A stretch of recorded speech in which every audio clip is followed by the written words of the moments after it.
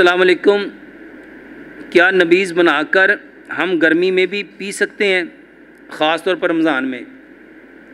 मेरे मोहतरम भाइयों, रमज़ानुल मुबारक में जब आप अफ्तारी करो, नबीज़ से ही करो। अफ्तारी नबीज़ से करो। अच्छा, नबीज़ है क्या? मेरे मोहतरम भाइयों, नबीज़ कहते हैं पानी के अंदर कभी खजूर डाल दी, कभी अंगूर डाल दिए, कभी बादाम डाल दिए। लेकिन मैं अक्सर कहता हूँ कि गर्मियों में, ख़ास तौर पे रमज़ान में, पानी के अंदर 5 चीज़ें डालो। उसमें बादाम भी डालो, उसमें खजूरें भी डालो, उसमें चारों मगज़ भी डालो, और उसमें सफ़ेद तिल भी डालो, और इसको भिगो के रख दो। मेरे मोहतरम भाइयों, इसको ग्राइंड करके ये नबीज़ बना के पियो।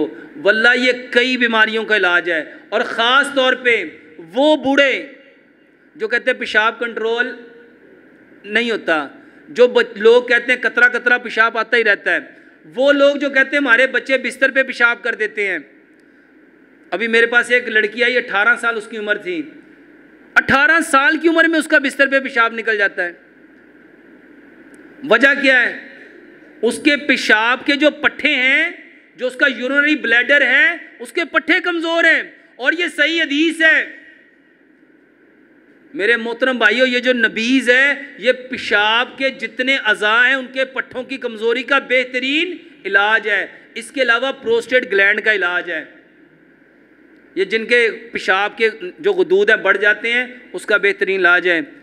गर्मियों में पिया जा सकता है, रोज़े में तो मैं कहता हूँ लाजमी पियो।